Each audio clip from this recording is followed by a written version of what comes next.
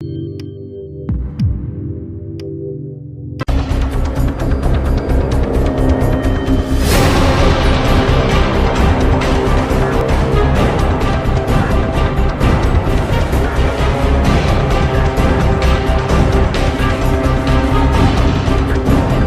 الله الرحمن الرحيم السلام عليكم ورحمة الله وبركاته ونبض خيارتي دعوانا ساي ميركستو دنيا الدعالة دات كتشوكتان كسولو هذا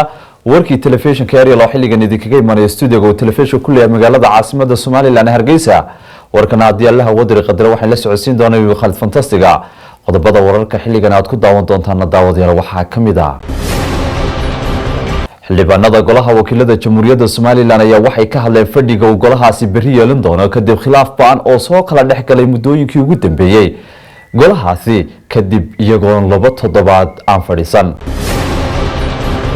madaxweynaha jamhuuriyadda federaalka Soomaaliya mudane Maxamed Cabdullaahi Farmaajo waxa uu ka qayb galay munaasabadda xuska 87aad ee aasaaska ciidamada booliiska Soomaaliya mudanayaasha golaha deegaanka magaalada Burco ee xarunta gobolka Togdheerna waxaa soo kala dhex galay khilaaf ba'an ra'iisul wasaaraha xukuumadda federaalka Soomaaliya waxa uu kulan la yeeshay xubno ka tirsan musharaxiinta midowga kaasoo ay ka wada hadleen dardargelinta doorashooyinka taasi oo lagu wado in 27 Diseembar magaalada Muqdisho caasimadda wadankaasi Soomaaliya uu uga furmo golaha wada tashiga qaranka dowladda dalkaasi Itoobiya waxay sheegtay in ciidamadeedu aanay gudaha u gali doonin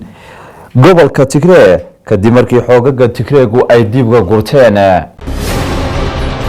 39 qof ayaa geeriyooday 70 kalena way ku dhaawacmeen kadib markii uu dab ka kacay doon ku safraysay dalkaasi Bangladesh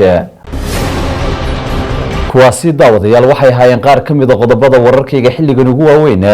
hase yeeshee isku diyaariyo qodobadaas iyo kuwa kale oo dhameystiran warkii ofisana